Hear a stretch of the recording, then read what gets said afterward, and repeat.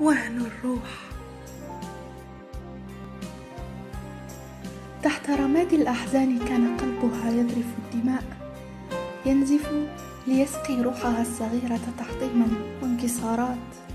قد وهن جسدها وأهدر كل طاقة اكتسبها من قبل، فهي تعيش أمسية جرداء كصحراء واسعة لا واحة بها. قد بقيت ظمآنة رغم أنها لا تبعد عن صنبور المياه إلا خطوات معدودة. ليس الجفاف الذي حل بها بجفاف عادي، وإنما هو جفاف الروح والفؤاد. فهي ترى سعادتها تماما كتمثال قميم جامد ملأته حبات الغبار، لا استطاعت لمسه ولا وجدت طريقة أخرى تجعلها تصل إليه دون ذلك. عاجزة هي أمام الشعور الذي يختلجها، وكأنما هي غزة الجريحة، لكن مستبدها الوحيد ليس سوى فؤادها المليء بالندبات. تعتريها رغبة جامحة في أن تملأ الأوراق، لكنها تعجز.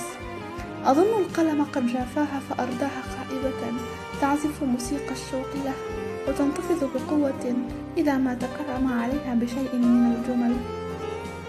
تحن بشوق لأيام بحبوحتها القلمية، يوم كانت تفضي بآلامها للأوراق فتواسيها. أما اليوم فهي تصارع الوجع وتئن في صمت إلى حين عفو القلم عنها يوما ما. تعود السرير على ثقل جسدها الذي ترميه بعبثية عليه، باحثة عن شيء من الراحة، كما ألفت فراشي مكياجها أن تمسكها بعنف لتخفي آثار سوداوية لياليها بألوان مختلفة من المساحيق، لكن سرعان ما تفشل. تشعر وكأنها مصفدة بأغلال وهمية تحول بينها وبين تحطيم كل ما يأتي أمامها من أشياء. فكم تتمنى أن تعبر عن مكنونات نفسها بالصراخ أو التحطيم أو حتى بالبكاء. لا تحسبن الدموع ثمرا أنت آكله بسهولة، لأنها أعز محبوب وأغلى مطلوب.